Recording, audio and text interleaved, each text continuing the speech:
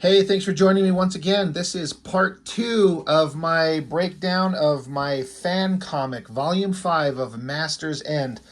In part one, I spent a whole bunch of time at the beginning of the video going over the first couple of books and what the story is and why I'm doing it and what made me get started on it anyway.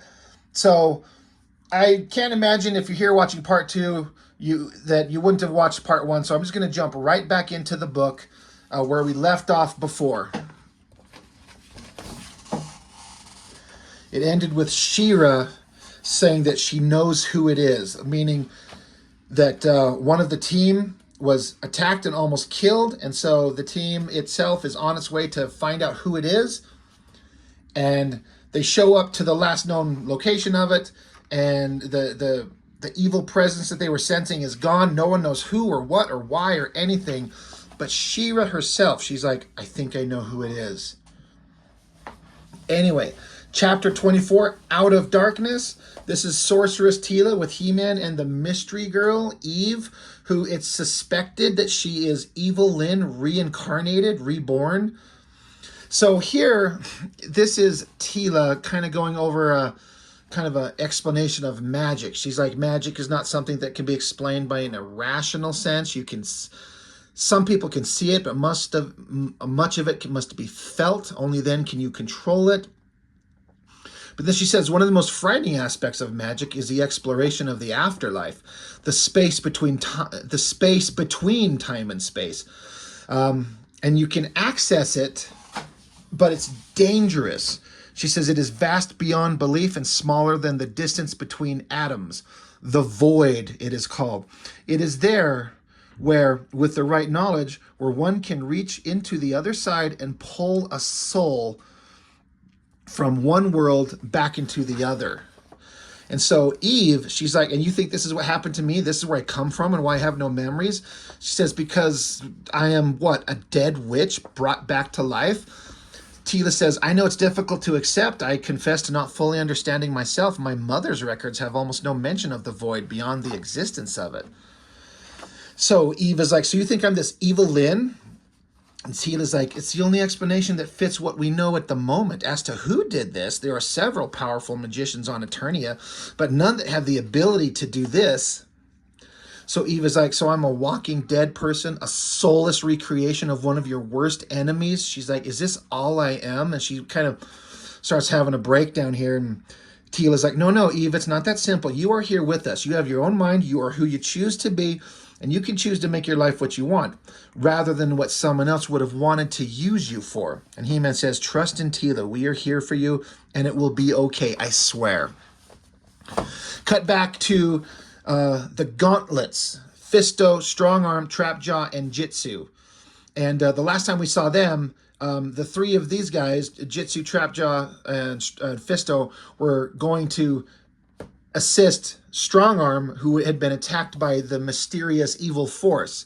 Couldn't find it, so we've cut to later that they've repaired Strong Arm, fixed him back up, got him back in his regular outfit, and Trapjaw's like, look, he's fully functional, he's fine, so we can get back out to finding who did this. And Fist is like, we've spent days looking. Your robot surveillance droids are out there looking, local law enforcement. And Trapjaw's like, you know what I'm talking about.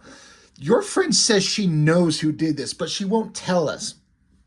Now, Trapjaw is referring to She-Ra. Trapjaw can see that She-Ra and Fisto have become buddy-buddy, and She-Ra knows something, hence the previous page where she's like, I know who this is.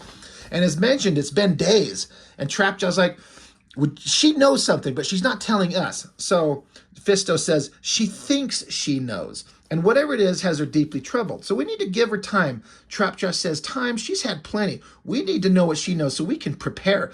You need to make her tell us.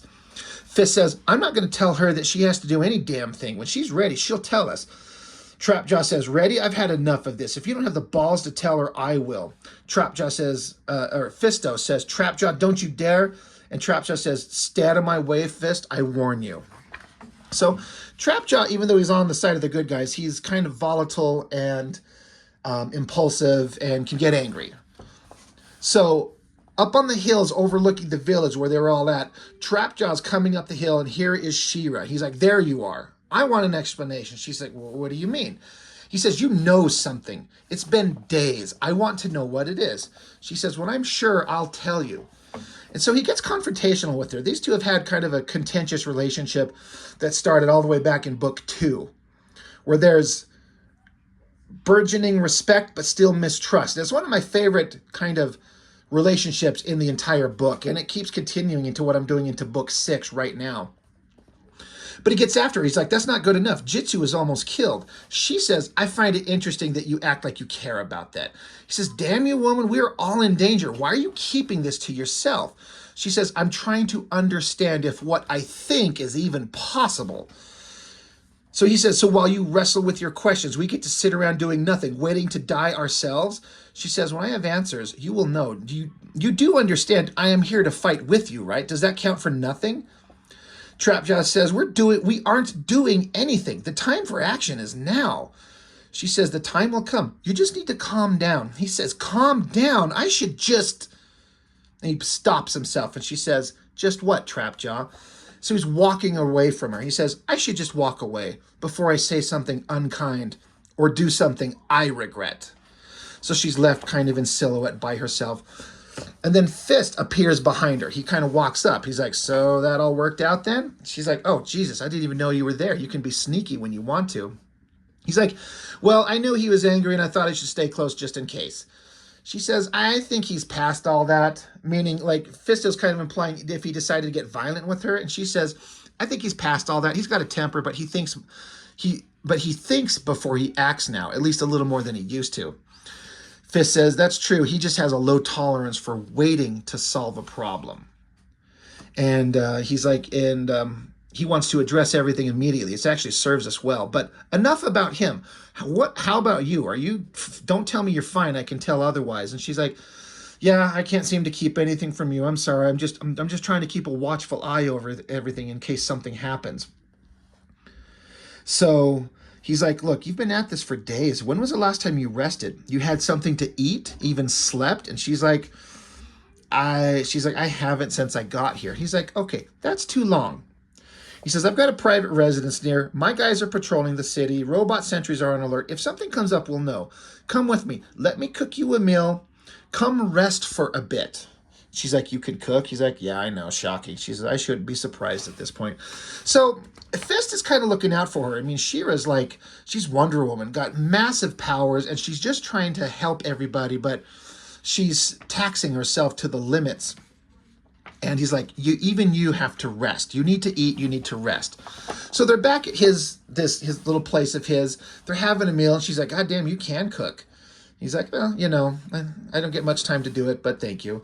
And she says, it's been so long since I felt like I could just let my guard down just to be myself. But she's like, but I feel like I've taken up enough of your time. He's like, no, look, you haven't slept.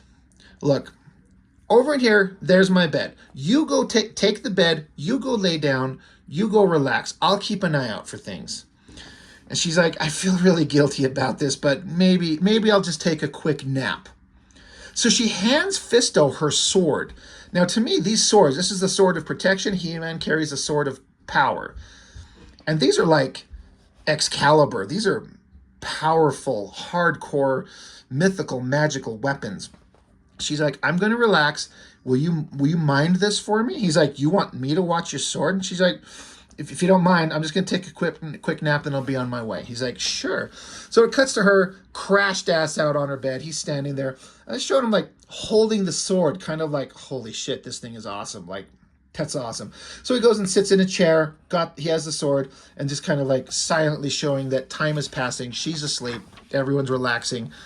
And then the next pages are showing all the other main characters. We got Strongarm. He's wandering the city on patrol. We see these robot droids. These are like generic not monster, but like robotic droids that Skeletor would use in the He-Man cartoon all the time.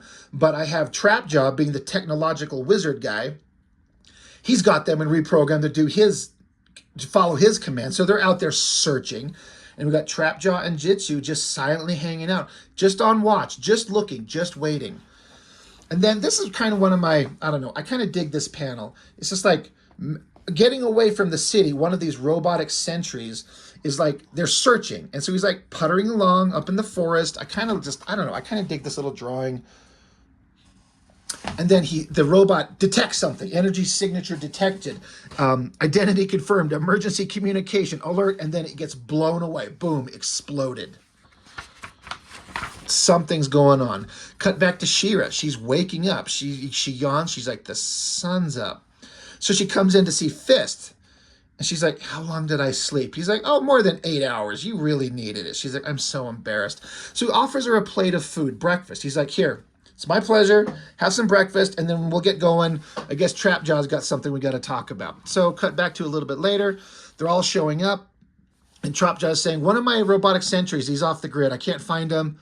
There was an emergency signal. It was cut short. He's up in the mountain somewhere.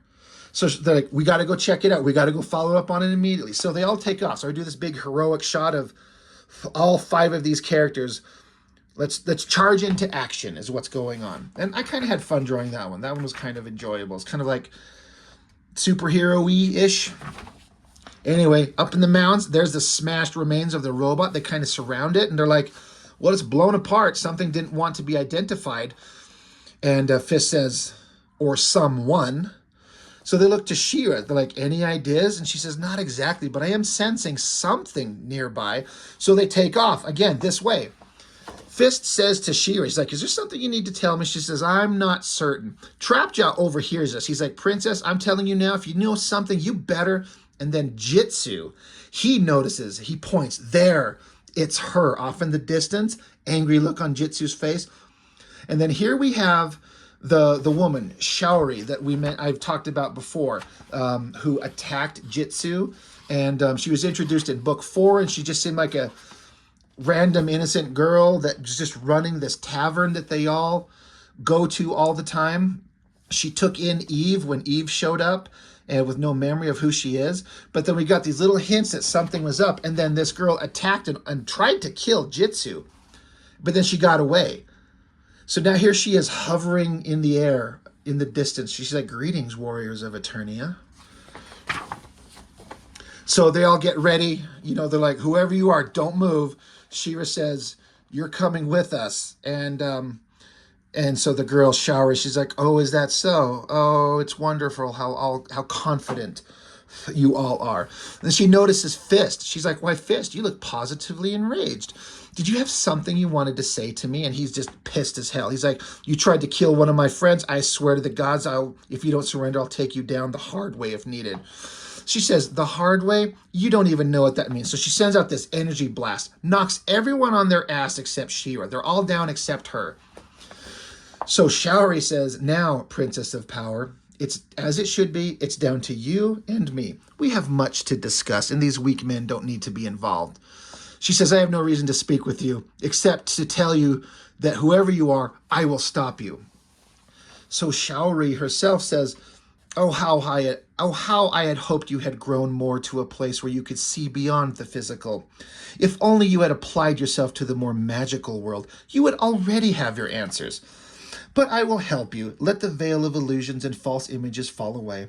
Let me be who I am, that you may see, that you may know. So she puts her arms in the air, and I do this magical swirling of energy around her. She says, let the illusions fall away so you may see who I truly am.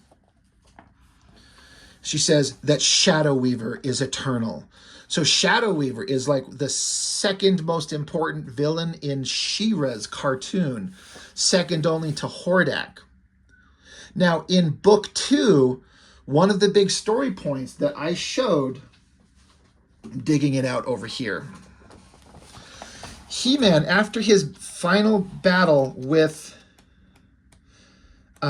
sorry, I'm just trying to get to it. After his final battle with Skeletor, She-Ra comes to see He-Man and tries to offer her help. He-Man's been scarred, like he got burned from his battle. And He-Man tells She-Ra, go back to your world and take care of the villains on your planet before they do to you what they did to me. And she's not listening to him, and she leaves. They leave on bad terms. And so He-Man's like, he thinks to himself, he's like, she won't do what needs to be done. She's too pure. She shouldn't be forced to do this. So he's like, I'll go do it for her, to save her the horror. So he charges off to Etheria, where she is from. And so we get to that story here at the end of this book here. I'm getting to it almost. God.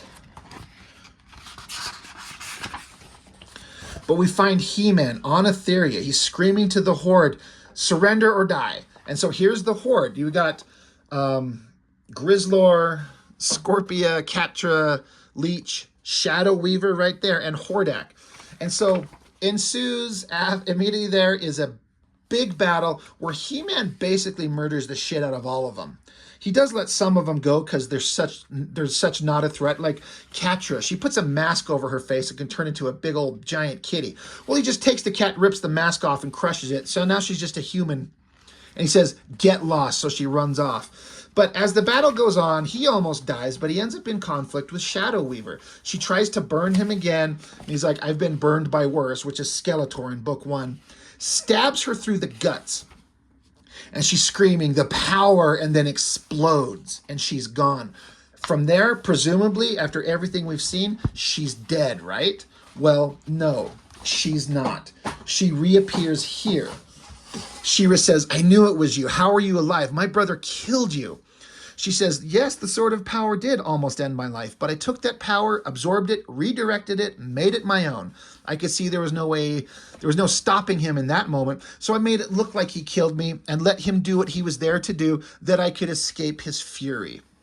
And so she floats over to She-Ra saying, and now my daughter. And She-Ra says, I am not your daughter. Now in the cartoon, She-Ra was kidnapped as a baby and raised on Etheria by Hordak and her under a magical spell where she couldn't see how they were evil. It was a spell to cloud her mind. And so Shadow Weaver essentially raised She-Ra. So she is, in a way, her like adoptive mother. So that's why she calls her my daughter. She was like, I'm not your daughter. So Shadow Weaver says, do you remember the story I told you as a child? The tale of the demon from the other side. And then she quotes this tale. She says, the foundation lies in the holy mountains. And so she completes the quote. No stopping what can't be stopped. No killing what can't be killed. It's only when the demon comes that you can see his eyes.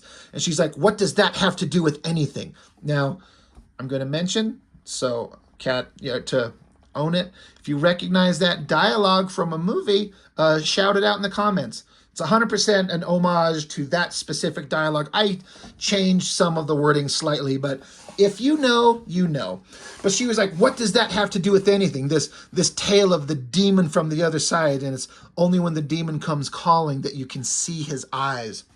And Shadow Weaver says, you will know very soon, daughter, for the demon does indeed come for you. Goodbye for now. I shall see you again soon. So Shadow Weaver disappears. So then the rest of the team, Fisto and the guys, they've kind of got back up and they're coming running towards her. And they're like, Jesus, are you all right? And she was like, I knew it. God damn it. I knew it. Cut back to Grayskull. He-Man notices that Eve and Sorceress Teela, they're both, something's wrong. And Eve is saying, I felt it so strong, a wave of energy. And Teela's like, dark and powerful, something horrible has happened, Adam. And then I've got this single page, it's all three of the girls' faces. And it's like they're saying it together in unison, even though they're separated. They're like, ancient evil coming for us, death. So something terrible is coming. So chapter 25, I did these big landscapes of the village and the mountains and the trees. And Fist comes to join She-Ra. Now this is the next day. So Fist is like, can I join you? She's like, sure. He says, are you all right? She's, no, things just keep getting worse and worse. I've been getting this feeling for months and it just keeps getting worse. She says, or Fist says, well, do you want to talk about it? He says, I saw Shadow Weaver. I'm only vaguely aware of your history with her. It must be a terribly complicated situation. She's like, you have no idea. He's like, well, I mean, it's okay. You don't have to tell me. I don't need to know. It's fine. And she's like, haha, very funny. If you must know. And so she proceeds to kind of tell him her history, which is the history established in the cartoon. How she was kidnapped as a baby and raised by these horrible monsters. And so she's like, I was raised by these evil people. And I'm like, they made me do terrible things as I was growing up and as a very young woman. And is there any way to come back from being evil like that, to really atone for all the things I've done? And so Fist says to her, well, that's all of us, me, Jitsu, Trapjaw. But you were taken as a child and raised by monsters, and you overcame all that. You're a hero, a kind and generous person. So she's like, so I'm like a member of your team then? He's like, there's always a place for you with us if you want it. I'm sure we could find something for you to do. Kind of like joking, like, She-Ra, the most powerful woman on the planet, infinite strength, is going to come join these guys that just going around taking jobs. He's like, yeah, we could find something for you to do. But she says, that actually sounds appealing. And I kind of like this shot of them like a silhouette as they're overlooking this lake and the sun going down in the distance. And so I wanted to have a conversation between these two to start establishing their friendship and their relationship. She says to him, if I may ask, what's your real name anyway? I've never heard of you referred to as anything other than Fist. And where are you from? He kind of chuckles. He's like, no one ever asks me that, so thank you. He says, my name's Malcolm. I came from a small town, never really knew my parents, but I have reason to believe I have a brother out there somewhere, but it may not be true. He says, I grew up on my own, tried a family thing once, but that, well, anyway, after that, bad things happen. So he kind of alludes to something important with family, like his own family, but he kind of cuts off. He says, then I got really sick. Eventually, I fell under the influence of Skeletor. If it wasn't for your brother and his friends showing me a different way, I have no idea where I would be right now. So she says, it sounds to me like you've got a lot of pain in your past as well. He says, well, I feel like I've been given a second chance in life, the opportunity to do some good. I don't have the power like you, but helping people, bringing hope to those don't have it, well, my job has its own rewards, he says. And so she says, there's so much that can be learned from your example. If more people were like you, the world would be a better place. I should be more appreciative of everything in my life. But all this stuff with Adam that happened and now Shadow Weaver, she says, this isn't over by a long shot. He says, certainly not.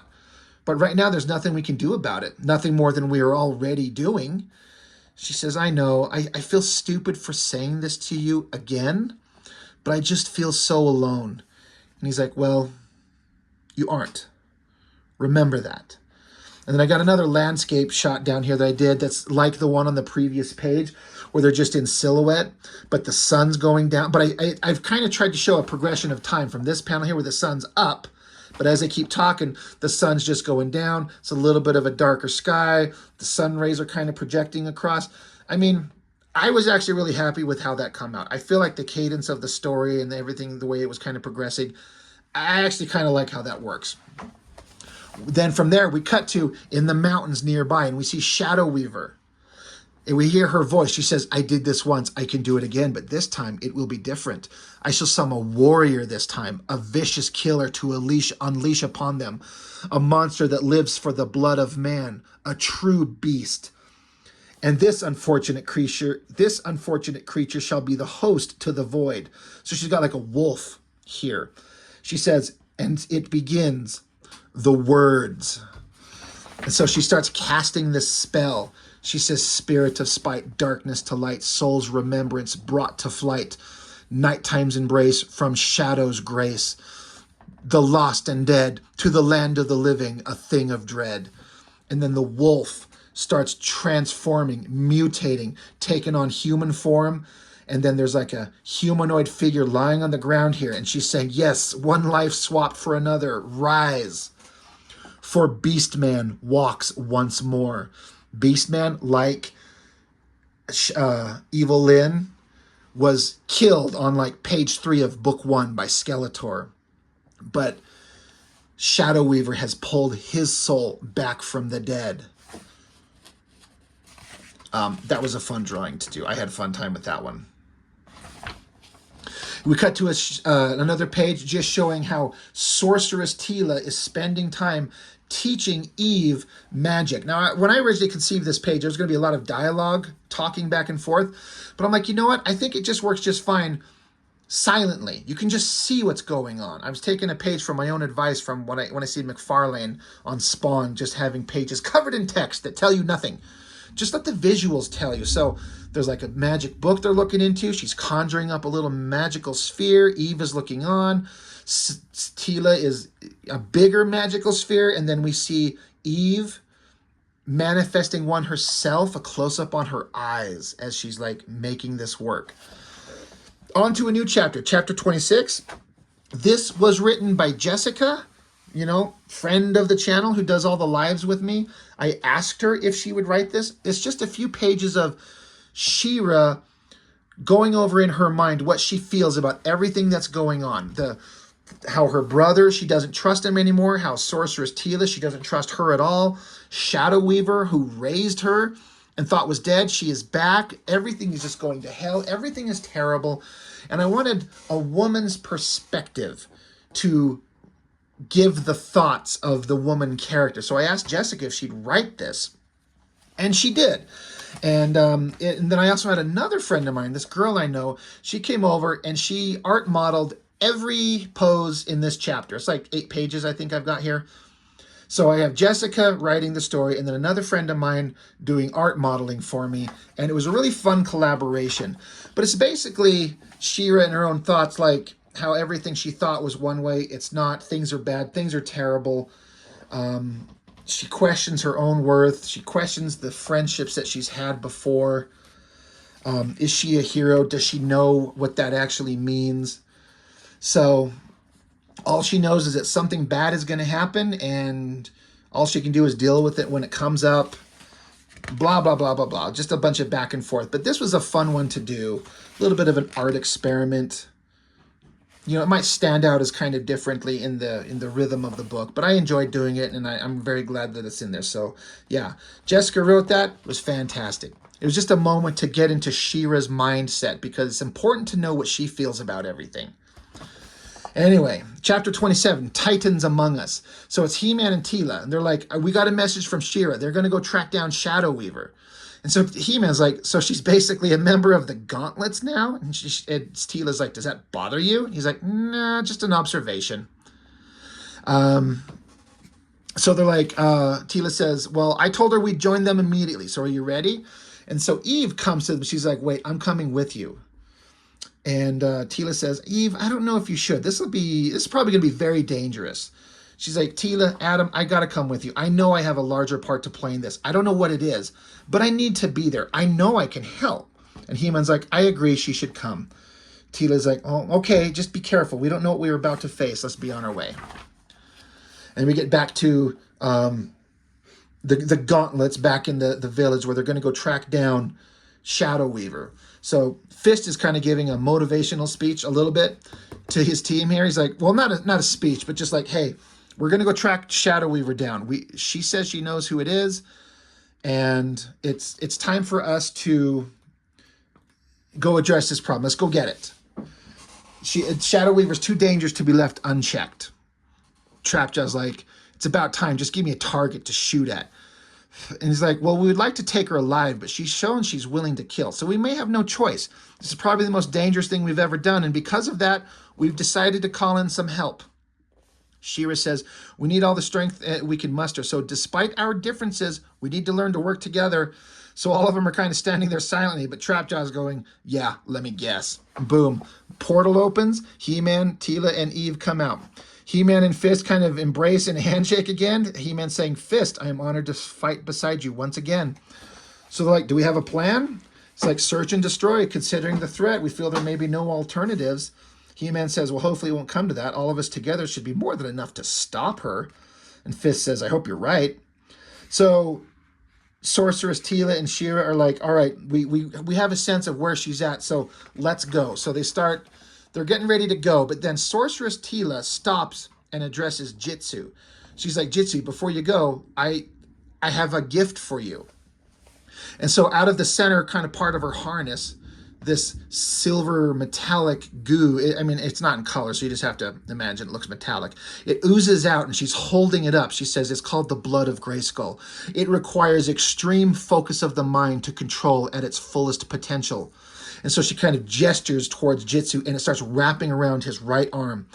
She says, it flows as water, but can be as hard as metal. It can be any shape your mind can conceive of. With time, it will grow. It will become part of you.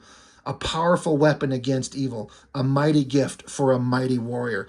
So it's kind of a upgrade in his abilities, because Jitsu in my story has just been a martial artist using his bare hands. Now he can chop stone in half with his bare hands.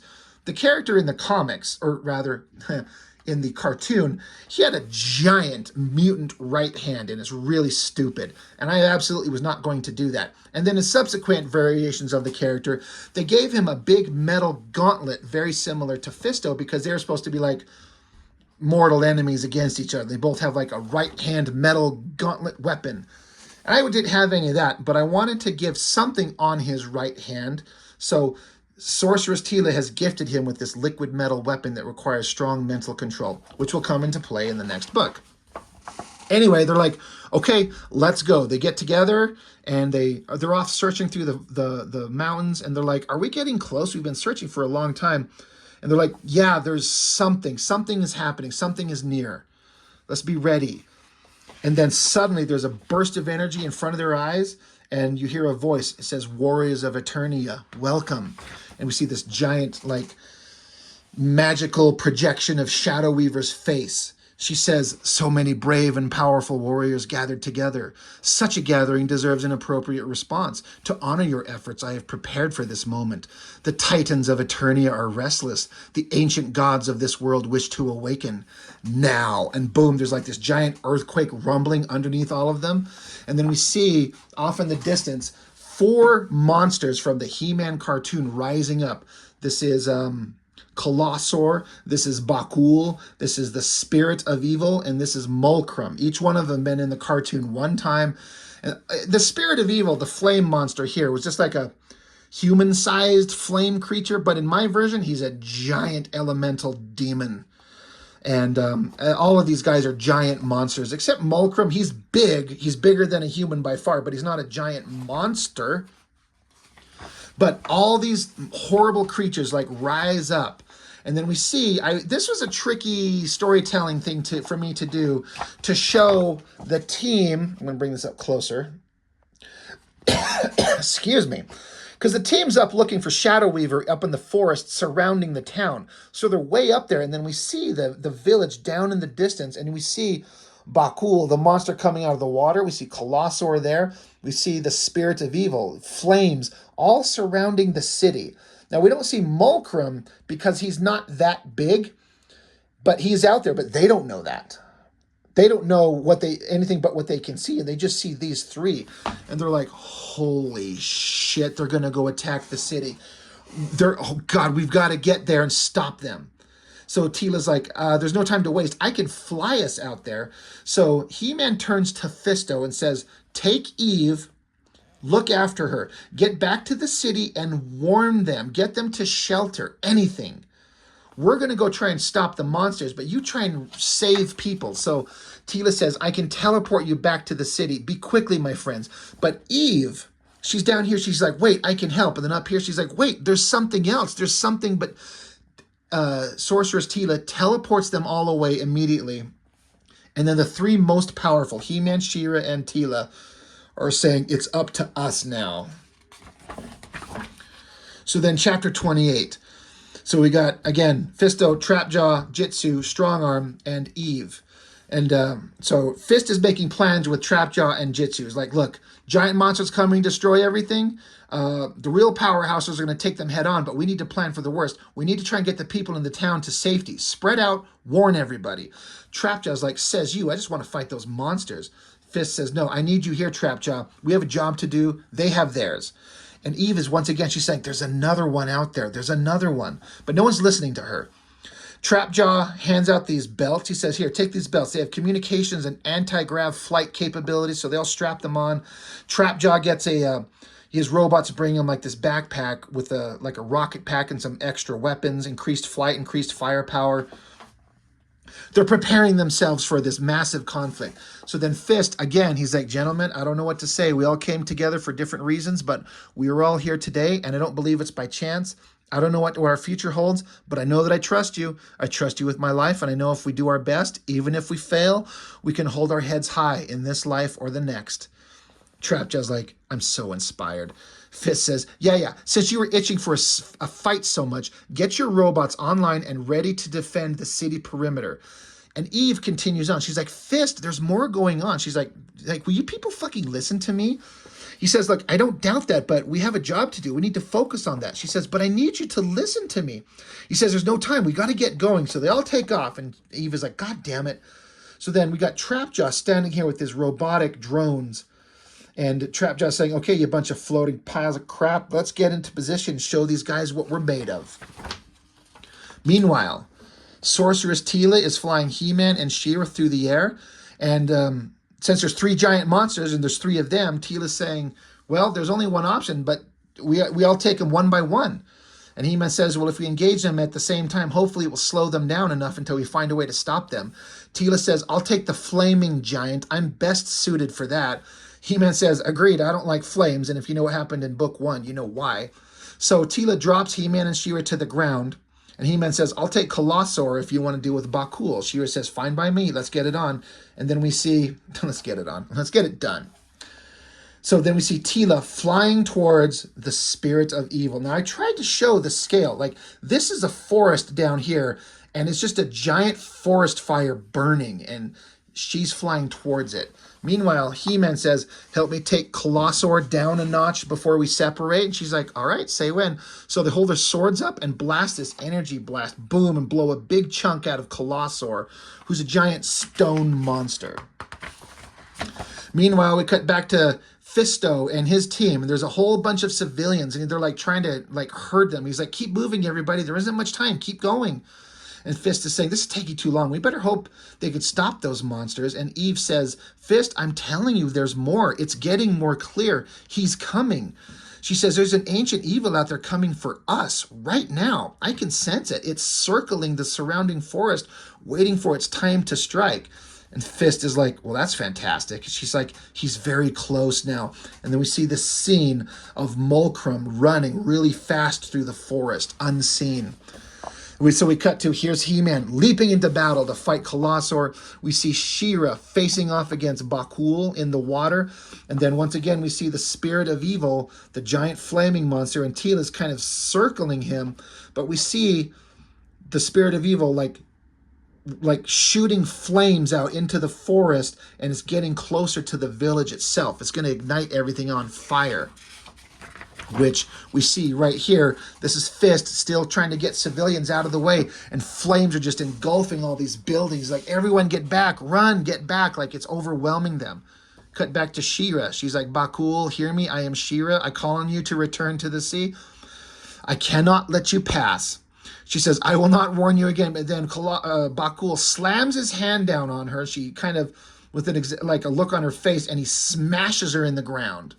But then we see her sword stab up through it, and Bakul recoils, and she was pointing her sword. She's like, well, all right, the hard way then. We see Bakul then, he's getting hit by laser blasts from multiple directions.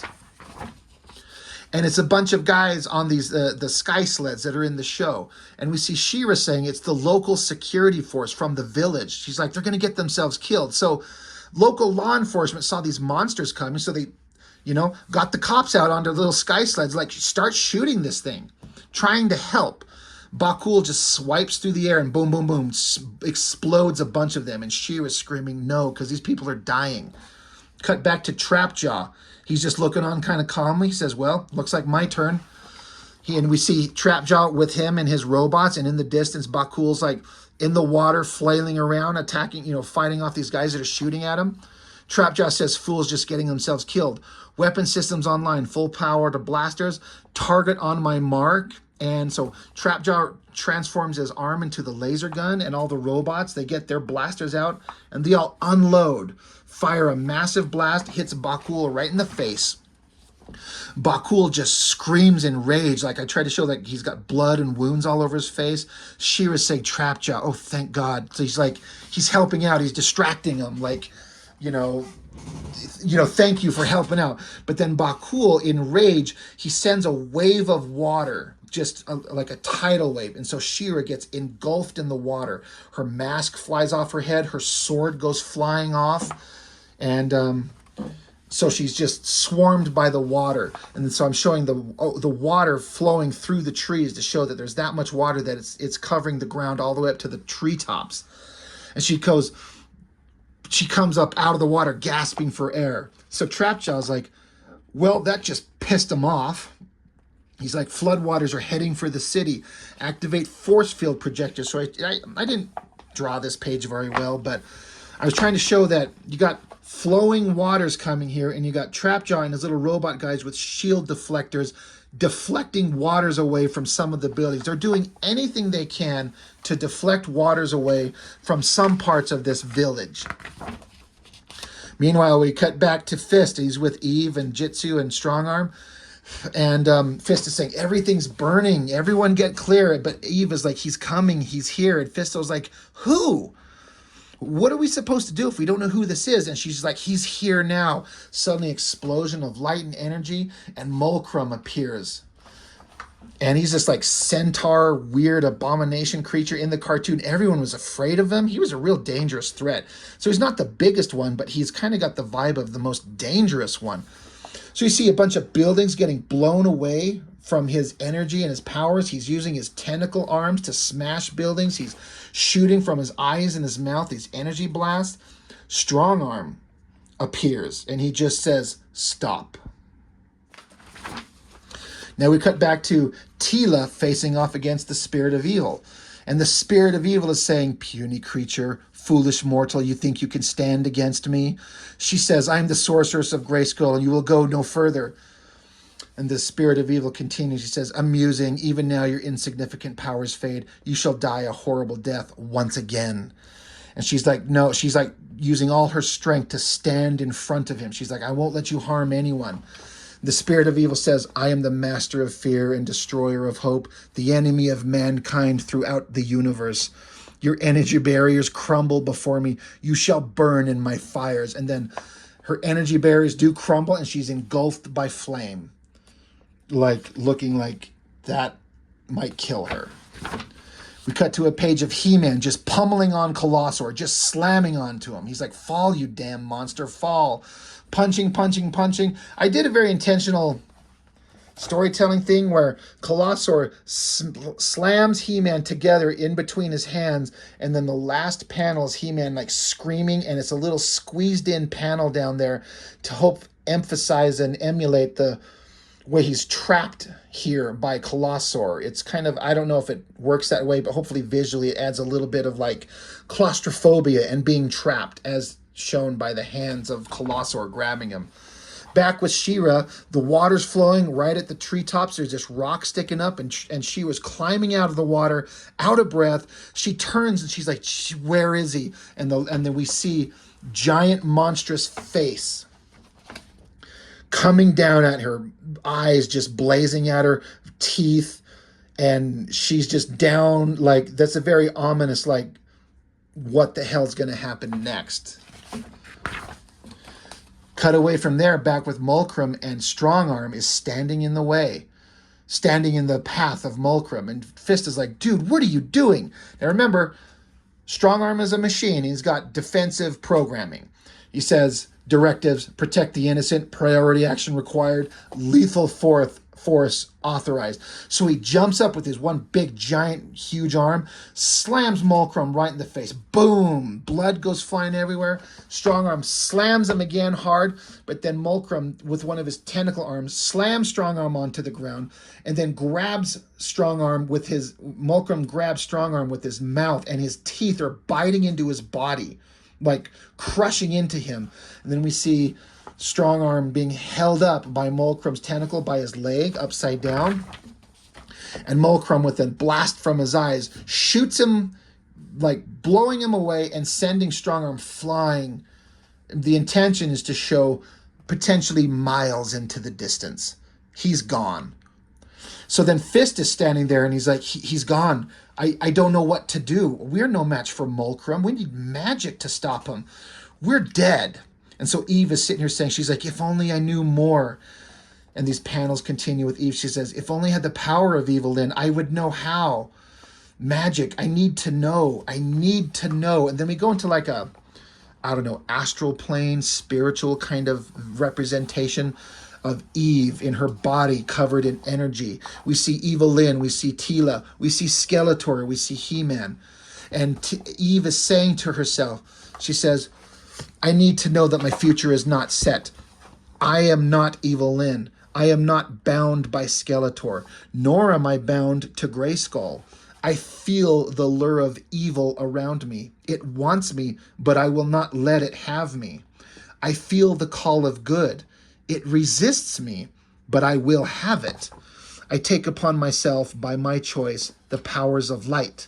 Evil Lyn is dead. Her life and her legacy are done. I am Eve. I reclaim my life, my choice, my powers.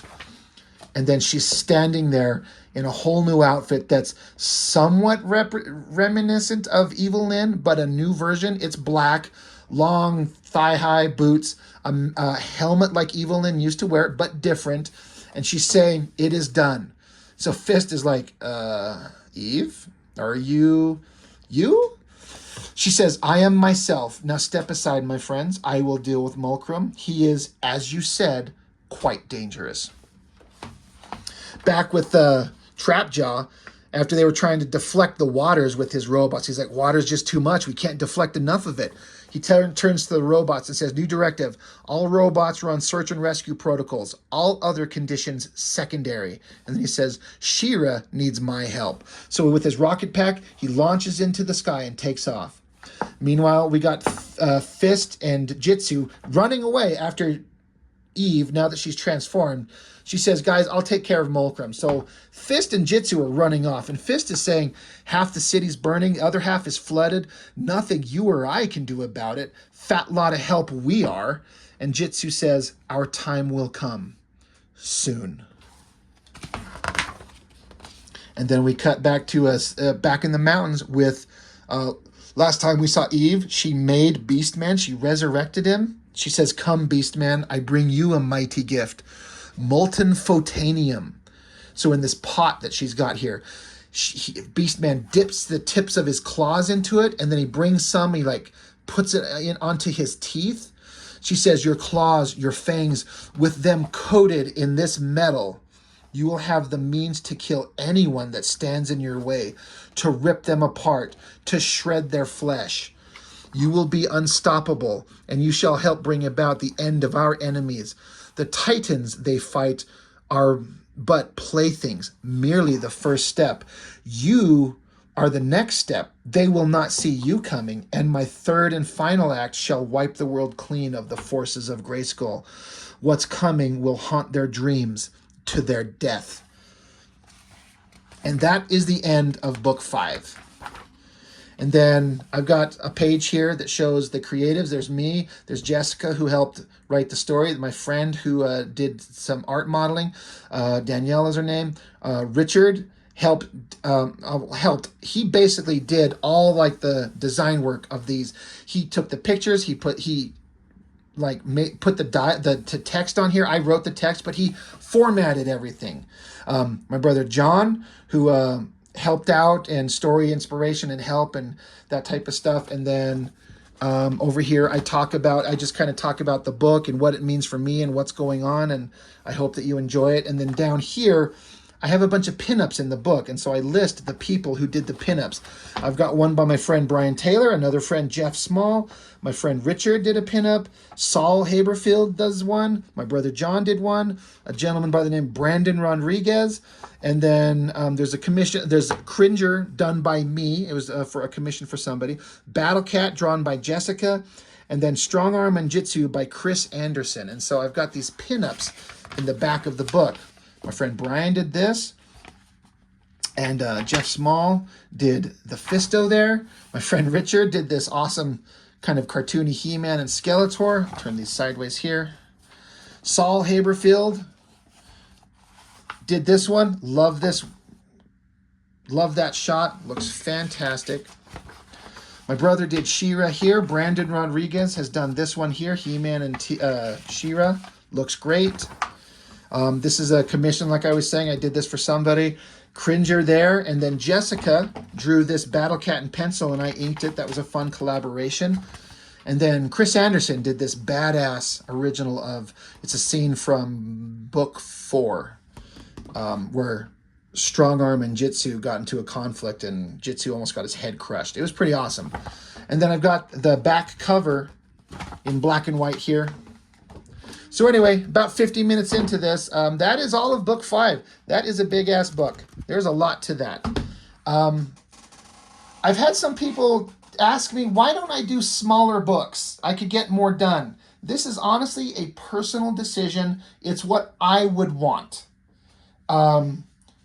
It's not a critique of people who make, 20-page comics or something like that and do a Kickstarter or whatever they do and charge you $30 for it. That's one way to go. But for me, I would prefer personally to get a big book, even if it's once a year. This is what I do. It's only black and white. I can't pay to color this. I don't have the money to pay somebody to color this stuff. I don't have the money to pay to print it in color. So I'm going to give you a black and white book, but I want to give you a substantial amount of story to make it worthwhile. It's not 20 pages. This is 117 pages of story, and then 127 pages total with the all the supplemental material in the background. So that's just me. That's my personal opinion on it. If you're going to pick up these books from me, I want you to be satisfied with the large amount of stuff you can get. And if you want to get all of them, this is how much story you get. You get a substantial story. I am dead serious when I say that I take this seriously. I have a story to tell, and I'm going to finish it, and I'm going to give you more than 20 pages a year. I got 5 volumes, and I'm balls deep into book 6, which will be the last and final book. I'm wrapping up all the stories. I've been working on some of these pages. There's stuff going on, and there's so many things that are coming to a climactic conclusion that I can't wait to show everybody. I'm so excited to get to this stuff. And even more exciting, I've been lucky enough and fortunate enough to have Chuck Gibson, former inker for Wildstorm Comics and Image Comics. He worked with Jim Lee and his studio. He's found my channel, and we've kind of become friends. And he's inked several pages in book 6 here. There's a video that's done. I think he's done about 10 pages, I think. And he's got 6 more in hand, and I'm willing to have him work as long as he's happy to work with me. He's helping me get the book done, and the pages that he's inking for me look incredible. So it's just an incredible kind of exciting time for me personally, because I've had this story in my head for years, and I never thought I'd get all the way to the end of it, because when you start it, it feels like, God, there's so much to do. It's going to take so long. Just start drawing, start writing, start creating. Just make the goddamn thing. That's what I tell people. All these ideas you have, make it. Make the book. Just start going. You never know where you're going to end up. And I'm going to have book 6, and then I'm excited to get people's feedback who followed the story from book 1 all the way to book 6 and see what they think about these story ideas that I've come up with, because I've been able to interject all kinds of dramatic beats, story beats, things like that, because there's so much story to tell. It gives me all kinds of opportunities to do different things I've always thought of. And, I've always wanted to show this, or I've always wanted to say this. Well, now I've had the opportunity, and there will be a giant work that I've done that people can see. If I get book 6 done, I can leave this earth one day, hopefully way in the future, and have a body of work to show, and people can read it and be like, Rob made this, and he put his heart and soul into it. And hopefully they also say, it's pretty damn good. It is pretty entertaining. I'm not the best artist. No one's hiring me for professional work. I'm not any kind of storyteller or a writer. I don't have any professional training or schooling. There's just a guy who loves to do this shit, doing the best he can. There's story parts I know that could be better. There's certainly tons of artwork that could be better. But I would rather see somebody make something and have it be full of quote unquote errors and amateurish work, but still make the thing. Let me read what you've got, rather than someone who talks about the stuff they're going to do all the time but never make a thing. Just make it. And even if you're not that good, you might think you're not that good, you're going to get better. Just keep going. And that's what I keep telling myself, and that's where I've got all these books. So I guess that's enough for now. Book 5. Next time I do a book of my own, it'll be book 6. It's quite a ways away. Today is March 2nd. I won't have it done, the book 6, for a couple of months. I mean, there's art to do, there's lettering, there's putting it together, there's printing it. So it's a ways away, but it's coming. And for those of you that have been along the ride and been supportive and encouraging, thank you. Thank you so much. I can't tell you how much I appreciate it. I can't wait to get book 6 in your hands so you can see how this story all goes, and then what's coming in the future. We'll see. I've got hope. I've got hopeful things. We'll see what happens. So anyway, that's all I've got for now. Thank you for watching. I'll see you on the next one.